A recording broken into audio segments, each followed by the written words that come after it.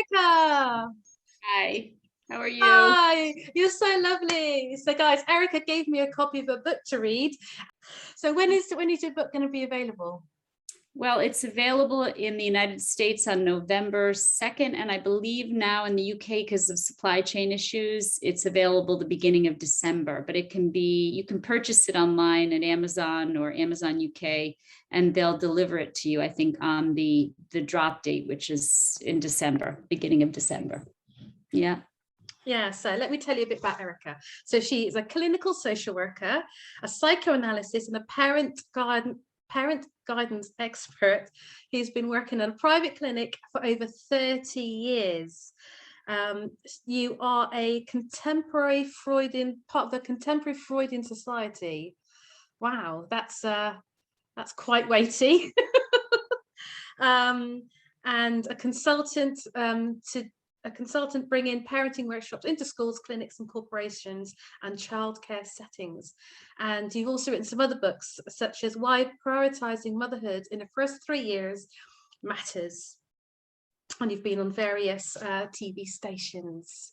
But yeah, you have an amazing accolade. What made you write the book that you've just written, Sky's Falling on Your Head, now? Why is that important for now?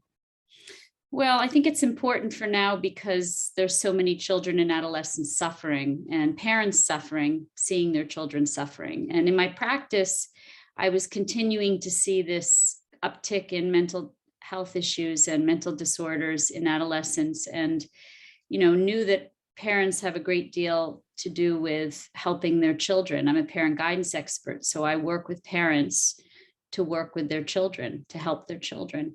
And so many of the things that I could do with my patients in my practice on a one-on-one basis, I wanted to offer to parents in a wider scope, to help parents who couldn't be in my office or maybe couldn't be in some individual parent guidance expert's office. And what's basically happening in society, because usually people ask me, what's happening in society that we have this huge epidemic of mental disorders in young people? And my answer is always the same. Adolescence is in and of itself a trauma. It's a very challenging time physically, emotionally, for children, even if everything goes well. And even if you have had secure attachment in the first 3 years, even if you're emotionally secure. But what we're seeing more children that are heading into adolescence, less emotionally secure, more fragile. And so that becomes a perfect storm with the stress that they face, because the stress is greater than ever. It used to be that adolescence was challenging socially and academically, but today the academic pressure, the social changes because of social media, you'd say the threats of global warming, you pile one stressor on another for adolescents, and you end up with a perfect storm if you pile that on a child who's already going into adolescence very emotionally fragile. And especially with COVID and everything's been stripped, all the security, all the places that felt safe were taken away in a blink of an eye, and nothing was put in its place for a very, very long time. Well, as I say, young children did very well with COVID. Young children got a lot out of COVID, actually. They ended up having what they needed, which was much more time with their parents. Okay. Now, adolescents also need more time with their parents than they're getting. So it wasn't all bad, COVID.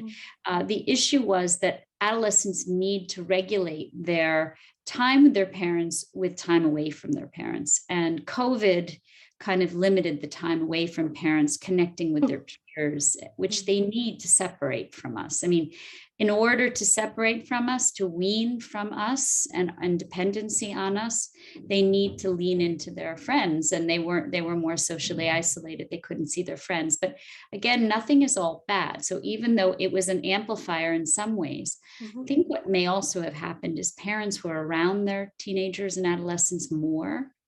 And so they were able to observe their behavior more. because we're so busy and distracted and self-centered, to be perfectly frank, as parents. We love our children, but we're all really busy.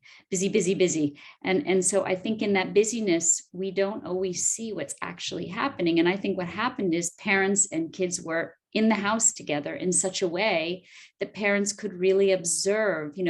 We say right before you go to sleep is the time that you feel most anxious. So in the quiet, right before you go to sleep. I would say in the quiet of COVID, of being together, parents were able to observe that their children are suffering from depression or suffering from anxiety, or and so I'm not sure that COVID really was the cause, but it was the amplifier, it was the magnifier, it was the signifier, if you will, that something is going wrong. I like that. That's a different perspective about it, because sometimes COVID does get blamed for quite a lot, doesn't it? But also in that, what I've seen is young people have really questioned who they are, what their purpose is, what is life about. They wouldn't have had that chance if they'd gone. They would have been too busy, wouldn't they? They don't have time to reflect. But a lot of young people have, and they have. I think a lot of them have grown up a lot. They've matured a lot more. So they. Yeah, no, I agree with that. I think, again, to give a different perspective, because it's always good to have a different perspective. It's given parents another opportunity to help to process their kids' feelings, their kids' experiences, their kids' relationships. So when we're busy, we don't necessarily. So what I talk a lot about in the book is presence of mind and physical presence, that you can't be emotionally present for your children if you're not physically there enough. Even though adolescents seem not to need you, they need you a great deal. They don't need you in the same moment-to-moment way as your little children, because little children infants need you from moment to moment. Toddlers need you from moment to moment to regulate their emotions, right? Because distress is an ongoing thing for infants and toddlers. Adolescents also have a tremendous amount of emotional dysregulation, where their emotions go too high and too low, because, as I'm sure your other speakers, and I heard a little bit of Fiona before me, said the emotional regulation part of the brain, the prefrontal cortex, isn't fully developed until 25. And we know that because of the decade of the 90s, which we called the decade of the brain, where we started to have the technology to actually look at the brain and see that, well, the emotional regulation part of the brain was lagging behind in development, and yet these other parts were not. The reward center, the threat sensing part of the brain, all these parts of the right brain were charging ahead with development, and yet the emotional regulation part of the brain was lagging behind. And so COVID kind of gave parents another opportunity, a second chance adolescence gives parents a second chance to really be there physically and emotionally as much as possible, what I call when the door swings open, because adolescents have very intense defenses, much more so than young children. Young children will take you whenever they can have you. The issue is with adolescents that they can only take you when they can take you, meaning when their defenses allow them to take you in. And that means that you have to be there enough. So when the physical door to their room opens, and when their defenses are down, let's say they come up for a meal, or they go to the bathroom, or, they have a question about their gym shorts that you have to buy for them, there's an opportunity to chat with them. There's an opportunity to observe them, to identify feelings that you see, to talk about the specifics of their day and their relationships, and help them to process their emotions and their experiences. But you can't just come home from work or wherever you've been and knock on their door and say, "I'm here, ready." It doesn't work like that with adolescents. You really have to be there on their time. So when the door swings open, you're there. Otherwise, the door closes, and you have to wait really for the next time their defenses allow you in. You also mentioned attachment. So attachment, and kind of like them naturally learning to be independent and have their own space, as a way of processing or creating anxiety. So how do we help them transition in that period? Well, when they're little, when they're 0 to 3. We have to be there from moment to moment so they can do what Margaret Mahler called emotional refueling. When they're infants, they just need us all the time. And in other parts of the world, infants are worn on parents' bodies to create that bond, to create that emotional attachment, and what we call secure attachment. So it's that moment to moment soothing them when they're in distress that creates that attachment and that secure attachment.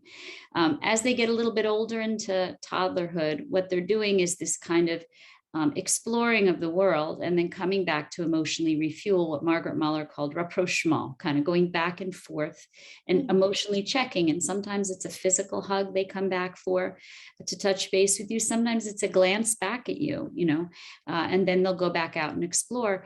And guess what? They're doing the very same thing emotionally and neurologically, because their brains are kind of doing some of the same things that they did in 0 to 3. Because the brain is reorganizing and pruning all those cells that it's produced over the first 9 years. It's kind of reorganizing them. And so they're doing the same thing. They're trying to create a sense of emotional security by a glance back at you or a touch base with you. And so what creates that sense of security is that emotional refueling. And again, if you've personalized, and one of the biggest mistakes parents make is that they feel rejected. They personalize their children pushing them away rather than understanding it. And I find that when you understand why someone's doing something, you don't take it so personally, and you don't internalize it, and then you don't react in such a way that is angry, or you don't retaliate. So parents really need to be settled in themselves and secure to understand that it's necessary for kids to push you away and reject you. Otherwise, as I say to parents, sort of funny and euphemistically, you will end up with a 45-year-old child living in your basement, and nobody wants that, right? You want them to go off and have their own lives, but to do that, they need to push, right? Yeah.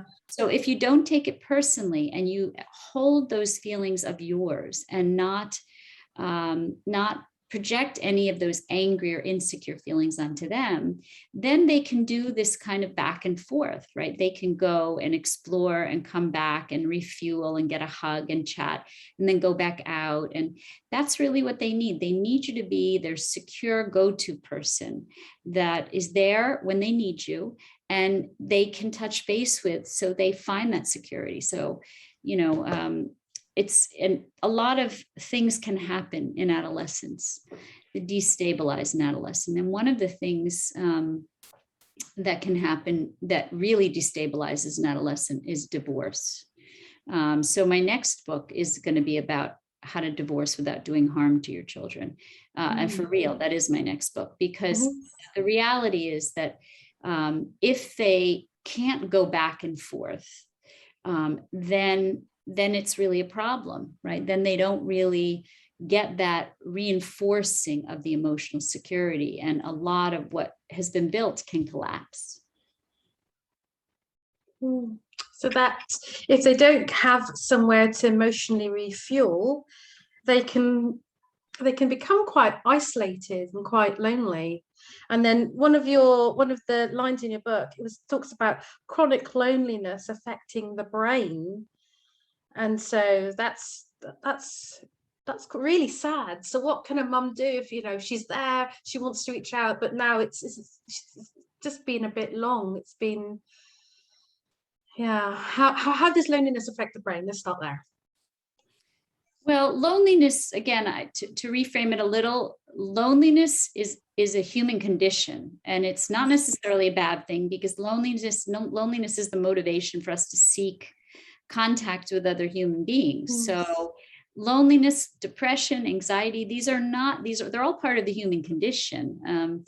It's when they are very intense and when they are very chronic, meaning if we have loneliness that is kind of pervasive in our life and lasts for more than 2 weeks with great intensity, then we say it may be a condition, but a lonely moment is not really what we're talking about. But what you're talking about is what happens when an adolescent seems incredibly socially isolated and seems to not have that peer contact, friends, which they need to kind of move on in development. So development requires friends.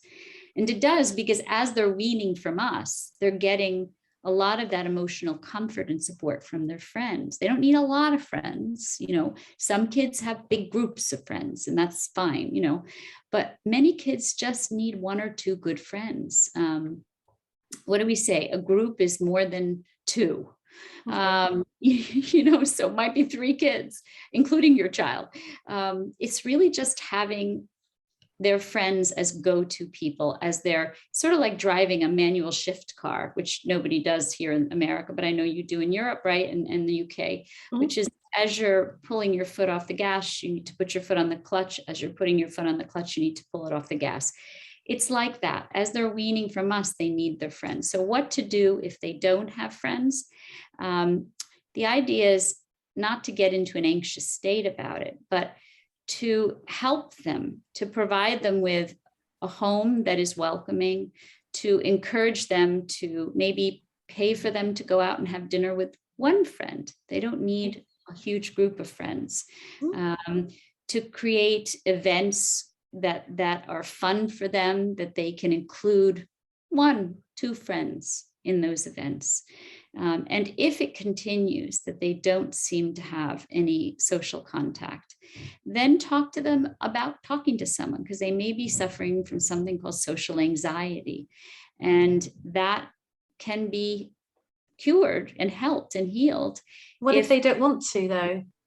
If they don't, you cannot help an adolescent who doesn't want help. But what you can do is listen. When we say God gave us 2 ears and 1 mouth, that means we're supposed to listen more than we speak, right?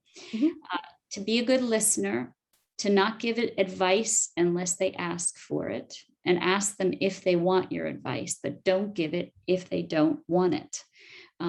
Listen to them and try to understand their position.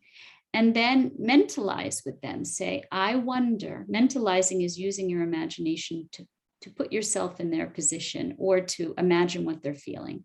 And to say, I imagine it's hard when you feel you don't have a good friend or a couple of good friends that you can share with. Would you like to speak to somebody? Because there are things that you can do. And then finally, there are socialization groups, but they have to be willing to accept the help. And socialization groups are kind of therapeutic groups. They have them in schools, therapists run them, for kids to talk to other kids about how hard it is to meet other kids.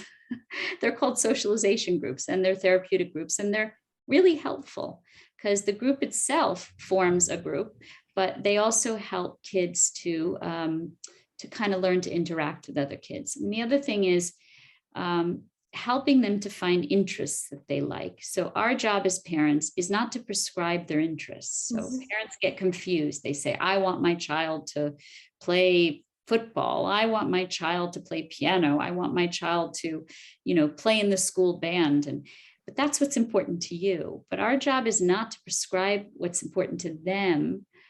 It's to help them discover what's important to them. And most children don't have passions. Most children just have likes and dislikes, right? Very few children have passions. Very few adults have passions. We just have likes and dislikes. And so what you're trying to do is introduce them to enough activities that they like, that then they're able to meet other kids who like the same activities. You like comics, and that's really important to you. I heard that there's a big Comic-Con, and, would you like to go to some of those? Well, it's hard in COVID, right? Would you like to go to that Comic-Con conference? And I'll take you or buy you a ticket, and you can go to some of the meetings there and meet some of the Marvels, So it's really kind of helping your children to find their likes, and that in order and sequencing helps them to find other kids like them. I think there's a lot of parents waiting for their kids, unfortunately, to either go to college or to leave college, and then when they have more choice, then they'll find the friends that they want. So you'd want to look at the psychoanalytic. I'm a psychoanalyst, so you'd want to look at the psychoanalytic institutes like the Tavistock in London, or the Anna Freud Clinic, or those places train. So we say psychoanalysis is the terminal degree for talk therapy. It's the longest training. It involves analysts being in treatment for many years themselves, which I always say to anyone who's going to go into therapy, make sure you ask the clinician that you're going to see, or the clinician that your child is going to see, what kind of postgraduate training they've had.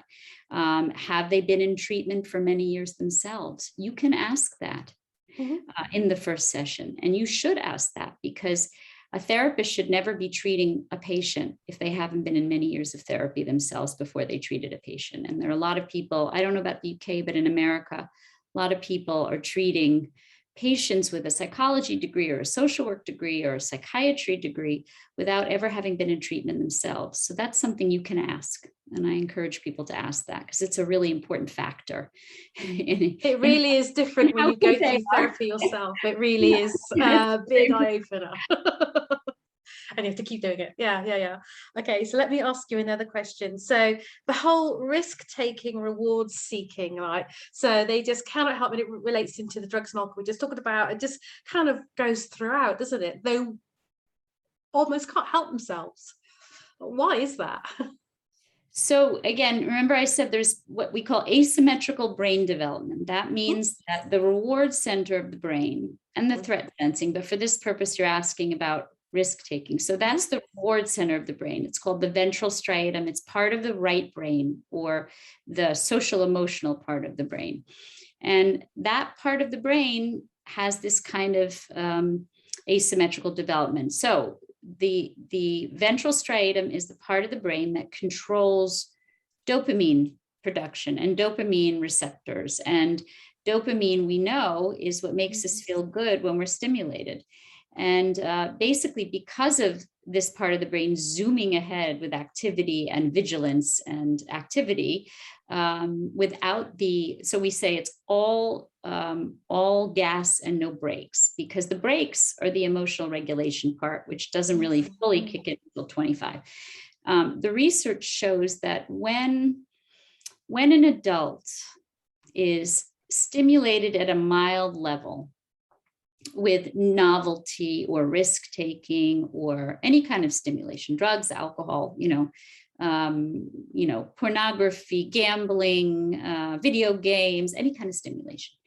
When an adult is stimulated at a mild level, there's a mild dopamine reaction. When an adult is stimulated at a moderate level, there's a moderate amount of reaction. And if they're stimulated at a high level, there's still a moderate reaction. When an adolescent is stimulated at a mild level, it's mild, the reaction, the dopamine reaction. If they're stimulated at a moderate level, it's moderate. But if they're stimulated at a high level, it's over the top tenfold a dopamine reaction. And that's what causes them to become addicted, because it is an extreme dopamine reaction without the part of the brain that slows it down, calms it down. So, and that's really the problem, because that causes things like novelty seeking, risk taking. So what can you do about this? Because this is really part of brain development. It's actually not pathology. It's part of normal brain development. One thing is that you have to substitute. And the analogy I use is, if you step on a landmine, and you want to take your foot off that landmine, you have to find a really big rock to put on that landmine where your foot was, if you're going to remove your foot. And so my analogy is, you have to find other things that your kids can do, your adolescents can do, that are risk-taking, that are supervised and healthier. So rather than them, jumping off of 20-foot, ski jump without supervision, you get them into rock climbing, or you get them into a ski club where they are supervised, or you get them into, any kind of risk-taking behavior that is condoned and supervised, right? And that can be sports, that can even be things like skateboarding and things that are slightly risky, but can be supervised, or you have some control over. Right, there's the big rock. you have to find things to replace the higher risk taking, more dangerous activities, but you can't eliminate them entirely. So just telling your child, these are the consequences. And, I always say it's your job as a parent to help children to understand the consequences, because that's something that they aren't very good at, because that's part of executive functioning, which is also lives in the right brain, which isn't fully developed. So executive functioning is things like judgment and organization and connecting actions to reactions and consequences to actions. And that's not fully developed. So you kind of have to help them with that, and be patient about it. So, if you drive the car at 90 miles an hour and you hit a wall, like, you don't just get hurt, you like die, this kind of thing. And so you're actually trying to say, and, it's fine that you rock climb, but if you don't use protection and you fall, what do you think is going to happen? So it's this kind of connection without judgment. So it has to do with tone, and it has to do with really helping them to make connections they can't make for themselves. And that's a preventative thing. Because once they're already doing those things, it means that, you may have missed some point of entry that would have been helpful. Doesn't mean you can't do it at any point, but you want to try to do this stuff preventatively with alcohol, for instance. I heard Fiona speak before me, and the reality is all those things that she said are absolutely true. The problem is that it's not going to stop kids from drinking, and it's not going to stop kids from smoking, and it's not going to stop kids from experimenting, because we did that too. You did it, I did it. Maybe not everybody on this call did it, but pretty much we all did it. And so the idea is not to go at this as if they're not going to try things. There's a big difference between experimenting and becoming addicted. And so one of the ways that you help kids with this is, one, you stay in the role of parent. You don't become their friend, because you can't become their friend. You can't be their friend and their parent. That means you shouldn't drink with them, and you shouldn't smoke weed with them, and you shouldn't do cocaine with them or ecstasy with them. Okay. None of that, right? You are the parent, you are the limit setter, but that doesn't mean you have to be judgmental, and you have to be realistic. And so that means, being wise as a parent of teenagers means helping them to understand, if they're going to drink and they're going to try alcohol, to understand what the rules of alcohol really are that grownups understand, which is that hard alcohol, if you do a shot of hard alcohol, it doesn't affect you right away. And kids end up in the hospital with alcohol poisoning and die because they continue to do shots because they can't feel the effect of the alcohol. And they've heard from their friends, alcohol gives you a buzz and it makes you feel this way, that this way, and this way. And so they keep going. And kids in America are doing as many as 15 shots because they're doing them in rapid succession, not feeling the effects. So one thing we can do is from the outset, explain to them, teach them, if you're going to try alcohol, and I know you are, and if you try a shot of hard alcohol, vodka, gin, whatever, tequila, whiskey, you have to understand that it takes a while for your body to kick in with it. And so you have to wait.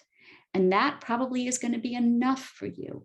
And if you keep going in rapid succession, you can get something called alcohol poisoning and you can die from it.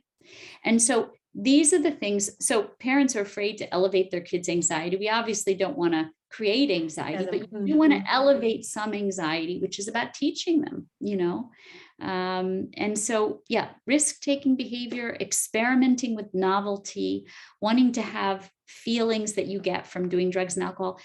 There is no way you're going to stop your kid from trying those things. So what you're trying to do as a stopgap is help connect things without judgment and in your tone without judgment, helping to connect actions to consequences.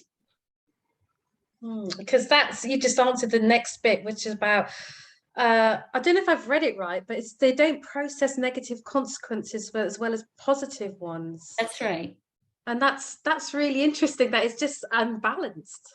And you wouldn't call, I guess you could call them consequences, you call them rewards. And so rewards. one thing we know is that stimulation, a lot of stimulation, and there's so much stimulation today in the world, a lot of stimulation results in a huge dopamine response. So what we know is that kids respond to rewards. And so if you want to influence their behavior, rewards like money, and parents say to me, oh, I can't give them money, that's a bribe. I'm like, you bet it's a bribe. And guess what? It works. So if you say to your kid, I want you home no later than midnight, every night that you go out, I want you home by midnight. And every night you're home by midnight, I will put $5 or whatever, £5 in your debit account, in your checking account. Or every time you get a B on a test in school, or I don't know what it would be in the UK, a good grade, not not to encourage them to, every time you get a B, you get, 20 pounds on a test, you get 20 pounds in your account, and you can use it for whatever you want. You can use it, go get pizza, to go get, whatever, food, or buy yourself a video, get whatever. The research has shown that things like money and sugar, believe it or not, money and food. Absolutely food, in America, we say, buy them a Shake Shack card. Food and money have been shown to impact adolescents' behavior. So they're very sensitive to rewards. So rewarding them, bribing them, is actually a healthy way to help control their behavior. Yeah, I love it that you say encouragement is a more powerful tool than punitive measures. Yes. Definitely, because we know that doesn't work. Sorry, but yeah, that is, oh my gosh, I could talk to you for ages, and you've got so much, and basically it's in a book, and there's loads of research. I love you, lots of current, up-to-date, latest research. So thank you so much for sharing. It's been like so interesting, and I love how you tie up the science with the practical. How it looks in the reality of parenting, and how there's still more questions I have, but that's fine, it's in the book. Thank you. Enjoy the rest of your day. You bye too. bye